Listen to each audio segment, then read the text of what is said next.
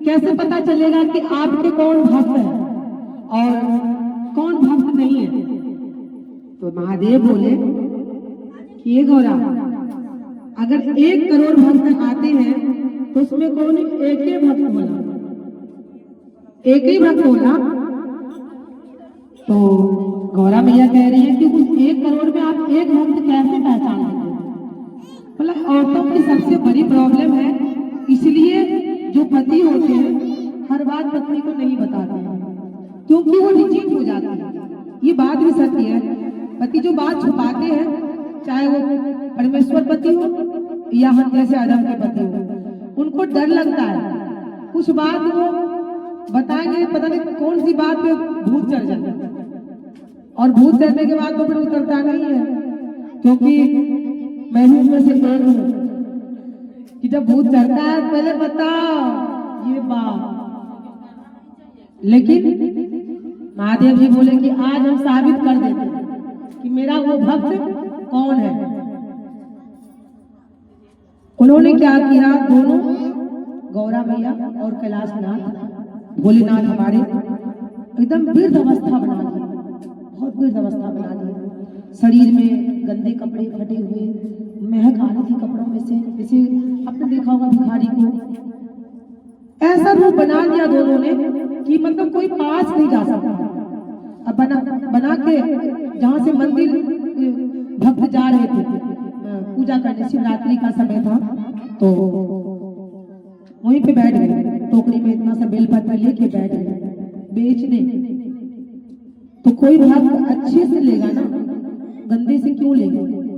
दुनिया का रीत यही है, चमक धमक जो होता है ना वो उस पे सभी जाते हैं, सब ले रहा है। तो गौरा मैया कह रही है, अरे कोई तो मेरी मदद करो, कोई तो मेरा बेलपत्र ले लो, इस बेलपत्र को लोगे तो हम कुछ पैसा मिलेगा, तो मैं अपने पति का इलाज कराऊंगा, कोई तो ले लो इस बेलपत्र।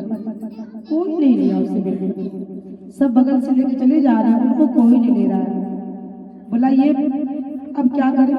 तो भोलेनाथ कह रहे हैं, एक काम करो गौरा, आप ये बोलो कि कोई तो मेरे पति को ले चलो मंदिर में, और किसी साधु ने बोला है कि अगर ये शिव जी को जल चढ़ाएगा तो इसके पूरे कुष्ठ रोग सही हो जाएगा। कोई तो मेरी पति की मदद करो, कोई तो मेरे पति को पकड़ के ले चलो मंदिर। इतनी भीड़ लग रही है मंदिर में, भक्त आ रहे जा रहे, मगर भोलेनाथ को कोई नहीं छोड़ा, क्योंकि उनके शरीर की व्यवस्था ऐसी थी वो चल के नहीं जा सकते थे।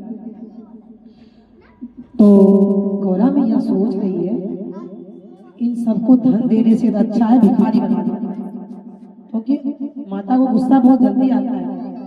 माता सोची मेरा बस चले ना भोलेनाथ, हम सबको भिखारी बना दें। तो भोलेनाथ कह रहे हैं, अभी आप परीक्षा लेने आए हो मेरा भक्त, गौरा थोड़ा सा आप पेशेंस रख के रहिए, वरना पता लग जाएगा हम देवलोक से आए हैं, ये पाताल लोक, ये मनुष्य है। मनुष्य के को पहचानने के लिए आपको मनुष्य रूप में ही रहना पड़ेगा। एक किसान खेतों में हल चलाने जा रहा था, पर वो मंदिर कभी नहीं जाता था। क्या मन में हुआ, वो जो देखा उसके पिता मैया को, कोई तो हमारे पति को मंदिर ले चलो, तो वो सोचा कि मैं इनको ले जाता हूँ, कोई तो ले नहीं जा रहा है। अरे कोई तो आओ, मेरा पति 3 दिन से भूखा है, हे रहुआ उठा ली वाली, बड़ी कष्ट में बाने हमारे पति, कोई तो आए रहुआ, कोई तो उठाई, हे भगवान। उतने में किसान आए, बोले कि क्या हुआ बाबा, बताइए मैं क्या मदद करूं आपका। बोला मेरे पति को जल चढ़ाना है महादेव को, किसी ने बोला है कि अगर महादेव जी को शिवरात्रि के दिन जल चढ़ाने से कोढ़ खत्म हो जाता है। बोला हम ले चलेंगे, और मेरे पास रोटी भी है, इससे आप भोजन भी पा लो। उनको रोटी, जो 4 रोटी थी, 2 रोटी उनको दे दिया, 2 रोटी अपने पास रख लिया, उनको भोजन पवा दिया, और दोनों बाहों में उठाए, उनको कंधे पे लिए, एक हाथ गौड़ा के कंधे पे, एक हाथ किसान के कंधे पे लिए चले भोलेनाथ को लेकर के मंदिर। और मंदिर में ले जाकर के शिव जी पे जल चढ़ाए, उनको फिर बाहर लेके आए, उनको भोजन पवाए हाथ से। और जैसे ही भोजन पवाए तो बोले कि जहाँ ये बेलपत्र का पेड़ है मेरे को वहीं पे बिठा दो। भोलेनाथ ने कहा, भोलेनाथ गौरा को ले गए बेलपत्र के पेड़ के नीचे बिठा दिया दोनों को। जैसे बिठाए दोनों एक अपने रूप में आ गए।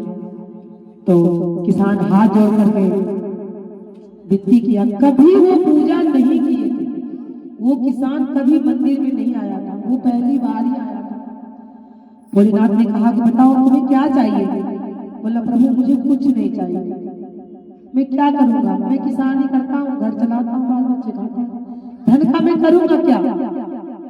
उन्होंने कुछ नहीं मांगा। गौरा मैया बोली, भोला बाबा बोल रहे गौरा मैया को, देखनी रवा पता चली कैन भगवा एने होला भक्त। भक्त के पहचान लाखों में पहचान हो जाती है। गौरा मैया बोले अच्छा। बोला मेरे भक्त आपसे अच्छे हैं। बोला अच्छा, अब आप पहचान करो। अब गौरा मैया पहचान कराने जा रही है अपने भक्तों को। जितनी सुहागन स्त्रियां करवा चौथ करती हैं, वैसे व्रत करती हैं, चलते हैं अब आपकी पहचान करते हैं। चले गौरा मैया सफेद कपड़े पहन लिए और बाबा को भी सफेद कपड़े पहना दिए। पंडित बन गए दोनों। गए एक जहाँ बड़ा सा बंगला था, गेट लगा था, टकटकाया।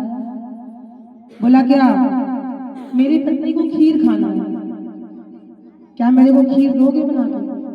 बोला खीर खाने का इतना ही शौक है तो कमा के खीर ले बना लो ना, मांगने क्यों आए? तुम्हारी पत्नी को खीर चाहिए तो यहाँ क्यों आए हो मांगने? बाबा बोले गौरा कैसे भक्त हैं आपके, ये तो धुतकार दिया। बोला कोई बात नहीं, फिर दूसरे दरवाजे पर चलते। कोई नहीं उनको खीर बना के दिया खाना। वो गई कहाँ, एक बूढ़ी माता थी जो झुग्गी बना हुआ था, वो मांग जाकर अपना जीवन गुजारती थी, उसमें गए। वो गए तो माता इतनी खुश हो गई। बोला बाबा क्या दे? पानी मटके के घड़े से पानी लेकर के आए उनको देने के लिए। बोले कि ये पीजिए। बोला मेरी पत्नी को तो खीर चाहिए।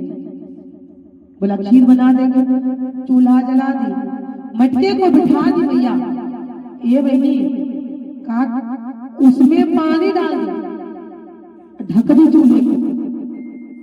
और जब सोची कि बन गया खीर, देखिए माता का भाव, उन्होंने ये नहीं कहा कि मेरे पास कुछ नहीं है।